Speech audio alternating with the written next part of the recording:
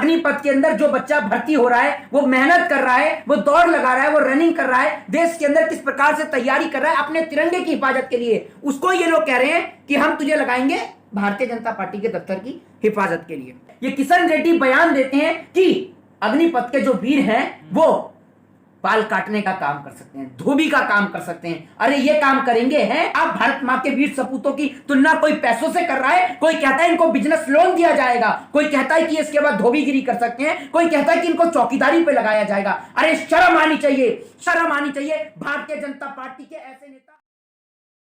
पहले तो प्रधानमंत्री मोदी जी लिखते हैं कि मैं भी चौकीदार, अब देश की सेना को भी चौकीदार बनाने में लगे हुए हैं और ये चौकीदार बनाने का प्रयास है देश के अंदर अंबानी अडानी के लिए चौकीदार। ये जो देश के अंदर सेना कर्मी है इनको लेकर कैलाश विजयवर्गीय, ये वही कैलाश विजयवर्गीय जो बयान देता है कि अगर अग्निपथ के वीरों को मैं भारतीय जनता पार्टी के दफ्तर की देखरेख के लिए अग्निवीरों को रखूंगा। मतलब अग्निपथ के अंदर जो बच्चा भर्ती हो रहा है, वो मेहनत कर रहा है, वो दौड़ लगा रहा है, वो रनिंग कर रहा है, देश के अंदर किस प्रकार से तैयारी कर रहा है अपने तिरंगे की हिफाजत के लिए, उसको ये लोग कह रहे हैं कि हम तुझे लगाएंगे भारतीय जनता पार्टी के दफ्तर की हिफाजत के लिए। ये बयान शर्मसार है, बहुत ही शर्मसार है। लेकिन शर्मसार बयानों का काफिला यहां नहीं रुक जाता है। भारतीय जनता पार्टी के एक और नेता हैं जिन जनाब का नाम है किशन रेड्डी। इनके नाम सुनते ही तो मुझे इतनी तेज गुस्सा आ रही है कि हम तिरंगे के लिए इतना प्यार करते हैं, हमारे घर से आर्मी में हैं, सेना में हैं, और आज मुझे इनको सुनकर इतनी गुस्सा आ रही है कि मोहित शर्मा जो है वो कानून और संविधान का पालन करता है, सिर्फ इसी वजह से चुप है। ये किशन रेड्डी बयान देते हैं कि अग्निपथ के जो वीर हैं वो बाल काटने का काम कर सकते हैं, धोबी का काम कर सकते हैं। अरे ये काम करेंगे हैं, और आपके यूबी वाले कभी बजाते हैं गाना कि लौंडिया थाईलैंड से लाएंगे, हैं कभी गाना बजाते हैं कि हम लौंडिया जो है वो लंदन से लाएंगे। आपको शर्म नहीं आ रही है? और आप देश के सेना के जवान जो देश की हिफाजत करना चाहते हैं, तिरंगे की हिफाजत करना चाहते हैं, आप उनके लिए कह रहे हैं कि वो धोबी का काम करेंगे, बार्बर का काम करेंगे। आपको शर्म आनी चाहिए। इस प्रकार के बयान देश को शर्मिंदा करते हैं, देश को शर्मसार करते हैं। भारतीय सेना के लिए लोगों के दिल में इतना प्यार है, और पहले भारतीय सेना में जाने के लिए लोगों को प्रेरित किया जाता था। आपके पिताजी भी आपके घर में कहते होंगे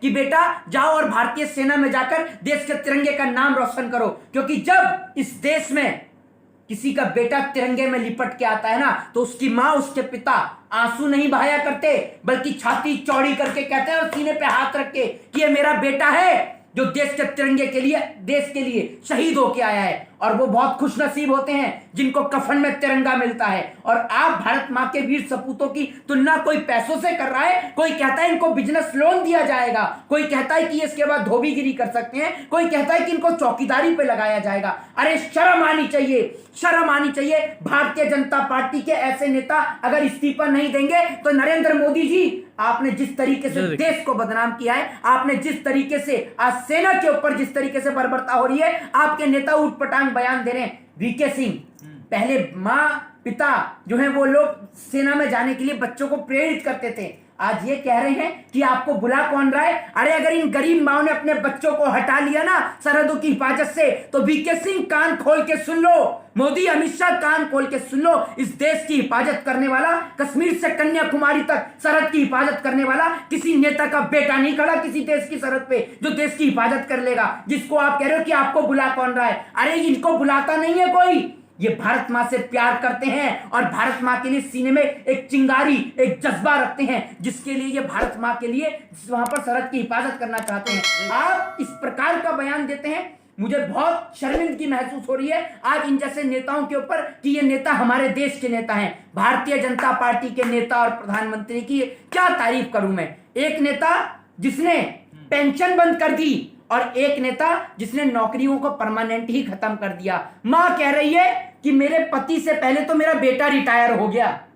समझ रहे हैं इसका मतलब कि जो 4 साल में ये अग्निपथ में जो लोगों को भर्ती कर रहे हैं और सेना को लेकर इस प्रकार के बयान, कभी भारतीय जनता पार्टी के केंद्रीय मंत्री बोलते हैं तो कभी भारतीय जनता पार्टी के नेता तेजस्वी सूर्या बयान देते हैं। भारतीय जनता पार्टी के तेजस्वी सूर्या का बयान तो आपने सुना ही होगा कि किस प्रकार से बयान दे रहे हैं। कभी आपने सुना होगा कि कैलाश विजयवर्गीय बयान दे रहे हैं। अरे आपने भारतीय सेना को जो है शर्मसार कर दिया।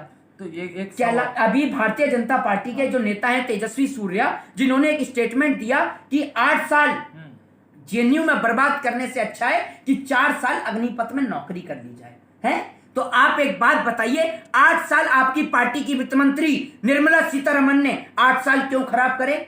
जेएनयू की प्रोडक्ट हैं, जयशंकर जेएनयू के प्रोडक्ट हैं, 8 साल क्यों खराब करे? ये तो बता दीजिए आपकी पार्टी के नेताओं ने। और जेएनयू की आप बात करते हैं ना, तो जवाहरलाल नेहरू यूनिवर्सिटी से आप देख लीजिए यूपीएससी टॉपर कहां से निकले हैं सबसे ज्यादा। जामिया से कितने यूपीएससी टॉपर निकले जरा देख लीजिएगा। और आपके बीएचयू से सिर्फ दो। शर्म नहीं आती देश के सेना के लिए इस प्रकार का बयान देते हुए? कैलाश विजयवर्गीय को तो मध्य प्रदेश के चुनाव में निपटा जाएगा और इनके प्रदेश का मुख्यमंत्री मामा बुलडोजर वाले, योगी बुलडोजर वाले, ये बुलडोजर वाले हैं, ये बुलडोजर चलाइए ना बलात्कारियों के घर पे। ये मामा जो हैं, यहाँ के पत्रकार अगर पत्रकारिता करें तो मामा वहां से पुलिस भेजते हैं, पुलिस को गिरफ्तार कराने के लिए। और आज जब ये इनके नेता बयान दे रहे हैं, मामा आपको शर्मिंदगी महसूस नहीं हो रही कि आपके मध्य प्रदेश के नेता हैं? तेजस्वी सूर्या को लेकर प्रधानमंत्री को शर्मिंदगी महसूस नहीं हो रही? बीके सिंह को लेकर शर्मिंदगी महसूस नहीं हो रही कि देश के जवान के लिए करें कि इन्हें बुला कौन रहा है? अरे आप सेना में भर्ती करने के लिए बुलाएंगे तो बुला लीजिए, चलिए बुलाइए अमित शाह के बेटे को, आ जाए तो सेना की हिफाजत करने के लिए बता दीजिएगा। देश के लिए एक सीने पर गोली खाने वाला किसी नेता का बेटा नहीं है। बार बार बोलूंगा पत्रकार महोदय, और बता रहा हूं, ये हिंदुस्तान है, यहां लोकतंत्र चलता है। ये जापान के हिटलर एडोल्फ हिटलर का शासन नहीं, ये भारत है, हिंदुस्तान है, यहाँ कानून है, यहाँ लोकतंत्र है, यहाँ संविधान है। संविधान से खिलवाड़ करेंगे, कानून से खिलवाड़ करेंगे, देश की सेना से खिलवाड़ करेंगे तो हरगिज माफ नहीं किया जाएगा। पत्रकार बता दे रहे हैं। पी में अंधभक्त जो हैं वो समझाने चले थे अग्निवीरों को जब अंधभक्त समझाने चले तो जो उनकी पिटाई हुई है, और इवन दोनों सुझा दिए हैं। जो पिटाई करी, अग्निवीर समझाने गए थे कि क्या क्या फायदे हैं अग्निपथ में जाने के, तो उसके बाद जो उनको समझाया गया है, हालांकि हम हिंसा का समर्थन नहीं करते, लेकिन उसके बाद जो उनको समझाया गया है वो उनकी समझ में आ गया। हमने आपसे कहा था कि रोजगार की चिंगारी घर घर तक पहुंचेगी, तो भारतीय जनता पार्टी इस रोजगार के इसको संभाल नहीं पाएगी, जन सैलाब को संभाल नहीं पाएगी। और आज जनता बगावत कर रही है। पत्रकार जब जनता बगावत करती है ना रोटी कपड़ा और मकान के लिए, और रोटी कपड़ा और मकान से भी बड़ी अगर कोई चीज है तो ये देश, इस देश का तिरंगा। हम 2 वक्त भूखे रह सकते हैं, हम रोटी नहीं खा सकते, हम इस देश के अंदर भूखे रह सकते हैं, बिना कपड़े के रह सकते हैं, बिना मकान और बिना छत के रह सकते हैं, लेकिन इस देश में तिरंगे के साथ खिलवाड़ और भारतीय सेना के साथ खिलवाड़ मोहित शर्मा कभी नहीं सहन कर सकते, क्योंकि मोहित शर्मा के परिवार से सेना में है, किसी नेता के घर से सेना में नहीं है। इसलिए मोहित शर्मा का कलेजा जो है वो गुस्सा करता है। हर कोई कहता है कि क्यों बोलते हैं, गुस्सा करने का कारण यह है कि मेरे घर से आर्मी में है। हम जानते हैं कि जब तिरंगे में लिपट लिपट के आते हैं ना तो मां आंख से आंसू टपकाती है, पिता देखता है कि मेरे बेटे की 2 महीने पहले शादी हुई है और आज मेरा बेटा जो है वो सरहद पे शहीद हो गया और देश की सरकार उन्हें गुलाम बना रही है। अरे 4 साल के लिए आप देश की सरकार को, आपको शर्म आनी चाहिए। मैं आपसे बोलता हूं कि आप इस प्रकार के जो कानून लेकर आते हैं आपको शर्मिंदगी महसूस होनी चाहिए। और मैं आपसे कुछ नहीं बोलूंगा, लेकिन मैं अपनी भारत मां के साथ, अपने देश के साथ गद्दारी पसंद नहीं करता हूं। नरेंद्र मोदी जी ने इस देश के अंदर रेल को बेचा, चलिए कोई बात नहीं, एयर इंडिया को बेचा, बीएसएनएल को बेचा, एमटीएनएल को बेचा, इस देश के जवान को गुलाम बना रहे हैं।